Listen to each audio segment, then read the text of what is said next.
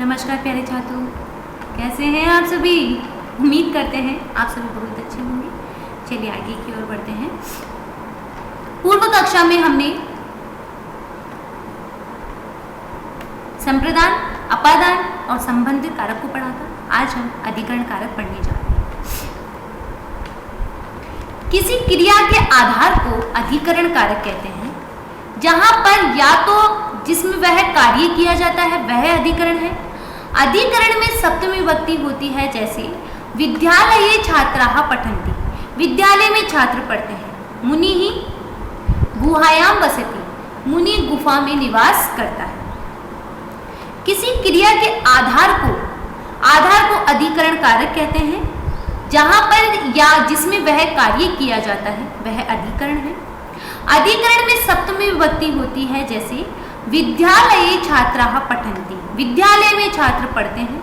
मुनिः गुहायां वसति, मुनि गुफा में निवास करता है। ठीक है ना।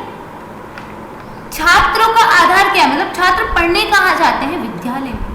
मुनि कहाँ निवास करता है, गुफा में। तो जो आधार है ना, किसी क्रिया का जो आधार होता है वह उसमें सप्तमी विभक्ति का प्रयोग होता है। यथा पढ़िए,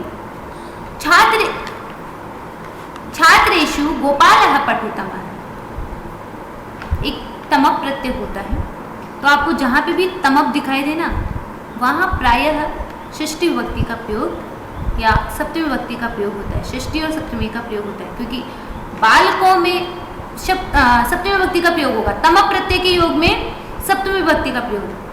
ठीक है, ये तो हो गया किसी क्रिया के आधार को अधिकरण कहते हैं, तो वहां आपने प्रयोग किया विद्यालय छात्र पठन्ति। इससे पूर्व आप एक लिख सकते हैं कि तमप प्रत्यय के योग में सप्तमी विभक्ति का प्रयोग होता है। तमप प्रत्यय के योग में सप्तमी विभक्ति का प्रयोग होता है। ठीक है, तमप प्रत्यय के योग में सप्तमी विभक्ति का प्रयोग होता है। देखो, पटुतमः तमप प्रत्यय, रमणीयतमः तमप प्रत्यय, तमप प की हलन्त्यम से संज्ञा करते हैं और तम शेष रहता है। श्रेष्ठतमः, तो इस प्रकार तमप जो प्रत्यय होता है अंतिम प की हलन्त्यम से इत संज्ञा कर देते हैं। शेष हमारे पास बचता है तमः। चलिए, छात्रेषु गोपालः पठुतमः, छात्रों में गोपाल चतुर है।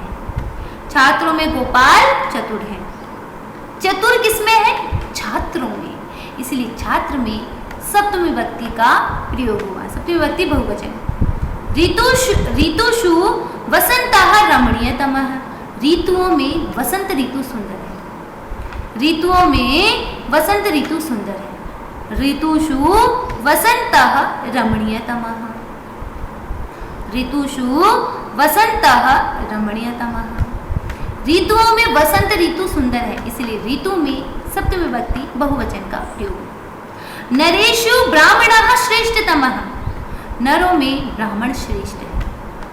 नरों में ब्राह्मण श्रेष्ठ है, अतः नर में सप्तमी विभक्ति का प्रयोग है, सप्तमी विभक्ति बहुवचन का। कविषु कालिदासः श्रेष्ठतमः है, कवियों में कालिदास जी श्रेष्ठ है, अतः कवियों में सप्तमी विभक्ति बहुवचन का प्रयोग हुआ। ठीक है, तो श्रेष्ठतमः आपको तमक प्रत्यय जहां भी दिखाई दे वहां प्रायः सप्तमी विभक्ति का ही प्रयोग होगा। आगे, स्नेह, अभिलाष, अनुरंज धातुओं के योग में जिसके प्रति स्नेह, इच्छा, सम्मान प्रकट किया जाए उसमें सप्तमी विभक्ति होगी। अस्मिन् बालके स्नेहते मे मनः, अस्मिन् यानी इस बालके यानी बालक से, स्नेहते स्नेह है, मैं यानी मेरा, मन यानी मन, इस बालक से मेरा मन स्नेह करता है, या इस बालक पर मुझे प्यार आता है, या इस बालक से मेरा मन स्नेह करता है, इस बालक से मेरा मन प्यार करता है।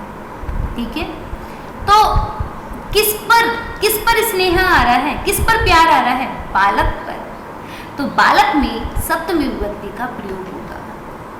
किस पर मन आया मेरा, बालक पर।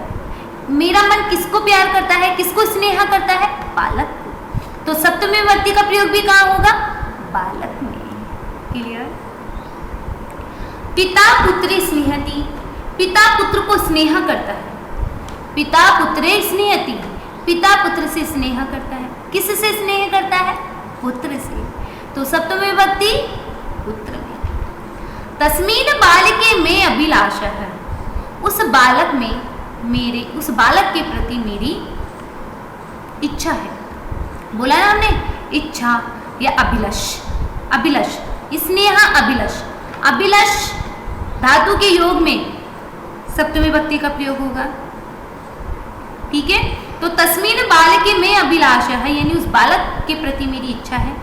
किसके प्रति? बालक के प्रति। तो बालक में सप्तमी विभक्ति का प्रयोग होगा। नृपे प्रजा अनुरक्ता, राजा पर प्रजा अनुरक्त है, राजा पर प्रजा अनुरक्त है। तो नृपे प्रजा अनुरक्ता है, यानी राजा पर प्रजा अनुरक्त है। किस पर? राजा पे, इसीलिए नृप में सप्तमी विभक्ति का प्रयोग हुआ। नेक्स्ट, विश्वास, कुशल एवं व्यवहार अर्थ वाली धातुओं के योग में जिस पे विश्वास किया जाए या जिसके प्रति व्यवहार किया जाए उसमें सप्तमी विभक्ति होती है। जैसे मम त्वयि विश्वासः अस्ति, मेरा तुम पर विश्वास है। मम त्वयि विश्वासः अस्ति, मेरा तुम पर विश्वास है।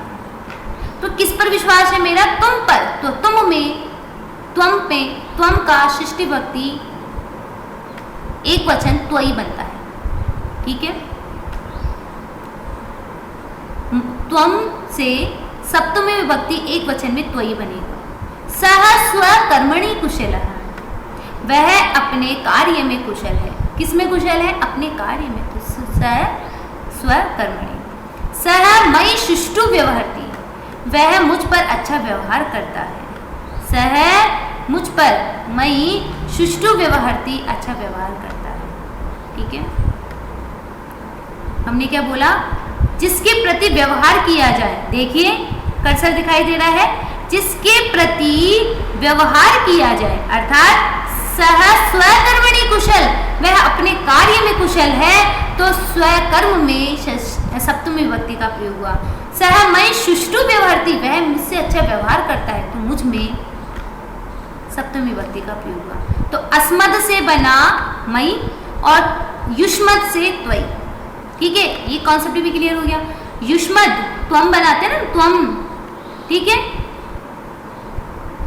तो युष्मद से बनेगा, युष्मद का सप्तमी का एक वचन त्वयि, और अहम जो बनाते हैं अस्मद से, उसका सप्तमी का एक वचन बनेगा मयि। क्लियर हो गया। किसी क्रिया के आधार को अधिकरण कारक कहते हैं। जहाँ पर या जिसमें वह कार्य किया जाता है वह अधिकरण है। अधिकरण में सप्तमी विभक्ति होती है, जैसे विद्यालये छात्राः पठन्ति मुनि गुहायां वसति। ठीक है, तमक प्रत्यय के योग में सप्तमी विभक्ति का प्रयोग होता है। स्नेह, अभिलाष, अनुरंज धातुओं के योग में जिसके प्रति स्नेह, इच्छा, सम्मान प्रकट किया जाता है उसमें सप्तमी विभक्ति प्रयोग होती है। विश्वास, कुशल एवं व्यवहार अर्थ वाली धातुओं के योग में जिसमें व्यवहार किया जाए, जिस पे विश्वास किया जाता है या जिसके प्रति व्यवहार किया जाता है उसमें सप्तमी विभक्ति होती है। आगे बढ़ेंगे संबोधन। संबोधन, किसी को पुकार कर अपनी और आकृष्ट करने को संबोधन कहते हैं। किसी को पुकार कर अपनी और आकृष्ट करने को संबोधन कहते हैं। संबोधन के चिन्ह होते हैं हे, भो, रे, अरे इत्यादि। संबोधन में संबोधन वाचक शब्द चिन्ह के साथ प्रथमा विभक्ति प्रयुक्त होती है। जैसे भो मित्र, भो छात्र है अधुना पठन, अरे छात्र आज पढ़ते हैं। हे मित्र आगच्छते, अरे मित्र आ जाओ। ठीक है, कौन सी विभक्ति का प्रयोग होगा? प्रथम विभक्ति का प्रयोग होगा। भो, हे, भो, अरे इत्यादि का प्रयोग किया जाता है और संबोधन में किसी को आकृष्ट करने के लिए। जैसे अरे सुनो, तो कोई नहीं सुन रहा है तो अरे सुनो, वो अरे बोलते ही हमारी तरफ देखता है, अरे तुमने इतना अच्छा काम किया, तो हम उसके प्रति क्या हुए?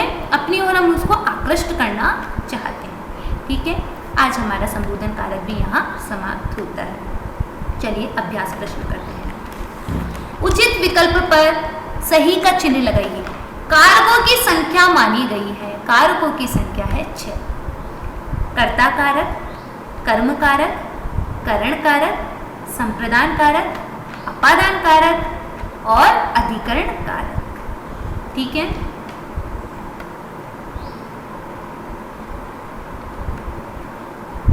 8 ही लिखी है ना। श्लोक जो था हमारा उसमें 6 दिए गए थे, बट कारक आपके 8 बताए गए हैं, तो आप लिखिए कारक 8 होते हैं। नहीं, उपयुक्त श्लोक के अनुसार तो कारकों की संख्या 6 ही बताई गई है। कारक वैसे 6 ही होते हैं ना, आप 6 ही लिखिए। ठीक है, कारक कितने होते हैं? 6 होते हैं। हमने आपको बता दिया है जो संबंध कारक होता है, अधिकरण कारक होता है, वह कर्ता कारक में ही समाहित होता है। तो कारकों की संख्या है 6। कारकों की संख्या 6। समयानिक्षा के योग में द्वितीय विभक्ति का प्रयोग होता है। समयानिक्षा हा प्रतियोगे द्वितीय। तो समयानिक्षा के योग में द्वितीय विभक्ति का प्रयोग होता है। कर्ता का चिन्ह है कर्ता ने, तो कर्ता में किसका चिन्ह है? ने का। कर्ता ने कर्म को करण से संप्रदान के लिए अपादान से हटने के योग में संबंध का के की अधिकरण में पर संबोधन हे भो अरे। स्नेह धातु के योग में सप्तमी विभक्ति का प्रयोग होता है। जिसके प्रति स्नेह प्रकट किया जाता है उसमें सप्तमी विभक्ति होती है। तो स्नेह धातु के योग में सप्तमी विभक्ति का प्रयोग होता है। फिर से बताते हैं, कारकों की संख्या 6 बताई गई है। समयानिक्षा के योग में द्वितीय विभक्ति का प्रयोग होता है। कर्ता का चिन्ह ने होगा और स्नेह धातु के योग में सप्तमी विभक्ति का प्रयोग होगा। चलिए आगे, एक और है संबोधन में संबोधनवाचक चिन्ह के साथ विभक्ति प्रयोग होती है प्रथमा। अभी भी पढ़कर ही आए हैं हम कि संबोधन में संबोधनवाचक चिन्ह के साथ प्रथमा विभक्ति प्रयोग होती है। नेक्स्ट, रिक्त स्थानों को भरिए। कर्म कारक में द्वितीय विभक्ति होती है। कर्म कारक में द्वितीय विभक्ति होती है। करण कारक में तृतीय विभक्ति होती है। करण कारक में तृतीय विभक्ति होती है। अपादान कारक में पंचमी विभक्ति होती है। अपादान कारक में पंचमी विभक्ति होती है। अधिकरण कारक में सप्तमी विभक्ति होती है। अधिकरण कारक में सप्तमी विभक्ति होती है। निम्नलिखित वाक्यों में रेखांकित शब्दों में कौन सा कारक है वाक्य के सामने लिखिए। तो अश्वः तृणम खादति, तृण में कौन सा कारक है? कर्म कारक। तृणम में कर्म कारक, तृणम में कर्म कारक। अश्वात में अपादान कारक। सैनिकः अश्वात् पतति, सैनिक अश्व से यानी घोड़े से गिर जाता है। तो घोड़े से गिर गया अलग होने के योग में कौन सा कारक होता है? अपादान कारक। कृष्ण स्वपित्राय फलानि आनयति, स्वपित्राय में है कौन सा है बताइए? संप्रदान कारक। कौन सा? संप्रदान कारक। बालकः कलमेन लिखति, जिसकी सहायता से सहायक जो होते हैं उनमें करण कारक होता है। नदीनाम गंगा पवित्रतमा, संबोधन संबंध कारक, यहाँ प्रयोग होगा संबंध कारक। माता फलानि आनयति, कर्ता कारक। पूजा कपिलस्य भगिनी, संबंध कारक। वृक्षेषु खगाः पूजन्ति, कर्ता कारक। तृणम में अश्वः तृणम खादति, अश्व घास खाता है, कर्ता कारक। सैनिकः अश्वात् पतति, सैनिक घोड़े से गिर जाता है, अपादान कारक। कृष्ण स्वपुत्राय फलानि आनयति, यहाँ पर है कौन सा? संप्रदान कारक। बालक कलम के द्वारा लिखता है, बालकः कलमेन लिखति, करण कारक। नदीनाम गंगा पवित्रतमा, नदियों में गंगा पवित्र है, अधिकरण कारक। अधिकरण। नदीनाम गंगा पवित्रतमा कौन सा कारक है? अधिकरण कारक। माता फलानि आनयति, कर्ता कारक। पूजा कपिलस्य भगिनी अस्ति, संबंध कारक। वृक्षेषु खगाः पूजन्ति, कर्ता कारक। सिर्फ कारक कारक बोलेंगे। क में है कर्म कारक, अपादान कारक, संप्रदान कारक, करण कारक, अधिकरण कारक, कर्ता कारक, संबंध कारक और कर्ता कारक। चलिए, कोई दिक्कत?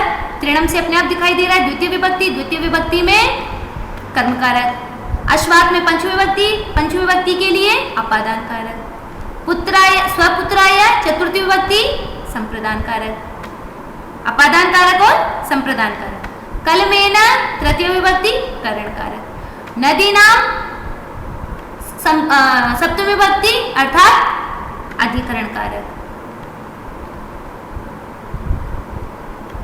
माता फलानी, माता में कौन सी विभक्ति?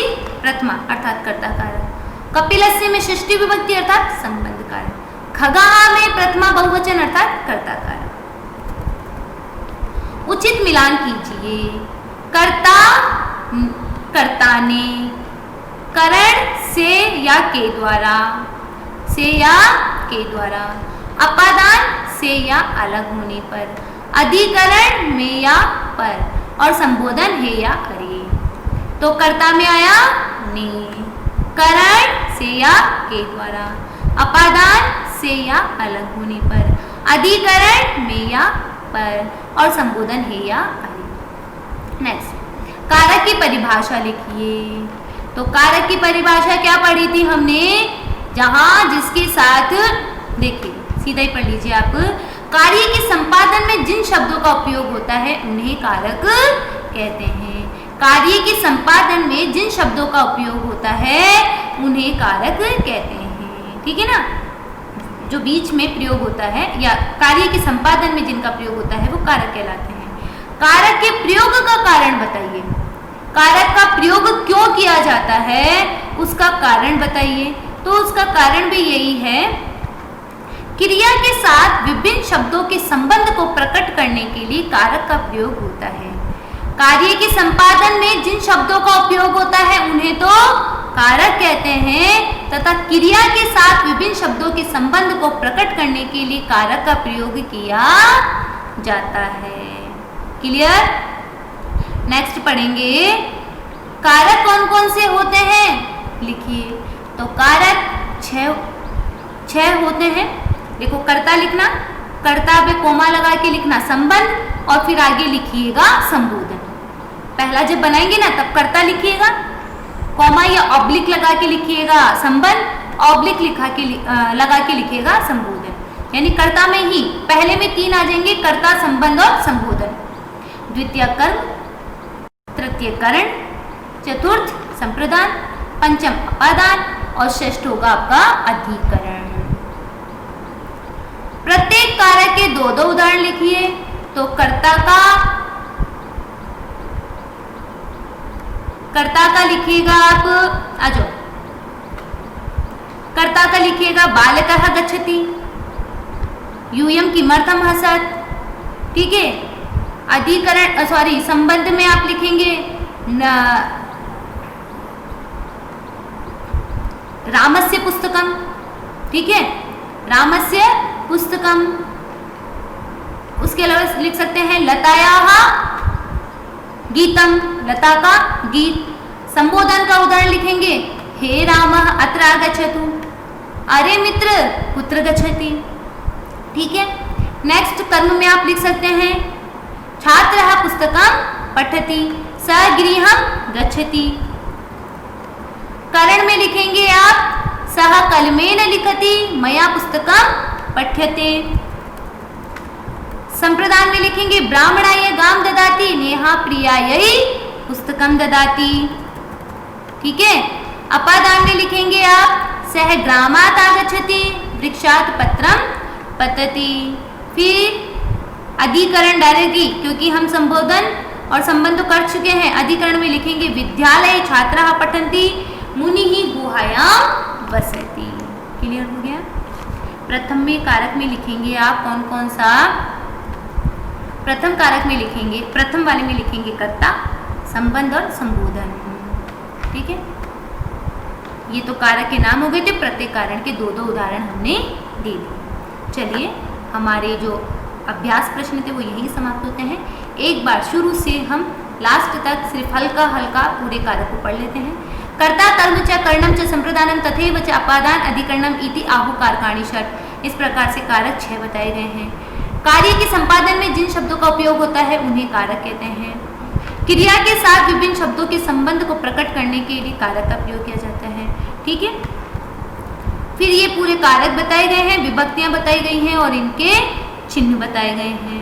कर्ता ने कर्म को करण से संप्रदान के लिए अपादान से संबंध कार्य की अधिकरण में पर और संबोधन है वो।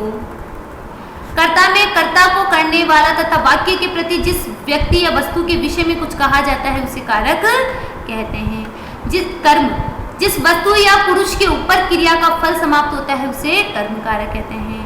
ठीक है, उभयतः सर्वतः धिक उपरि और उपरि अधो अधः के योग में द्वितीय विभक्ति का प्रयोग होता है। अभितः परितः समय निक्षा हा प्रति योगे के योग में द्वितीय विभक्ति का प्रयोग होता है।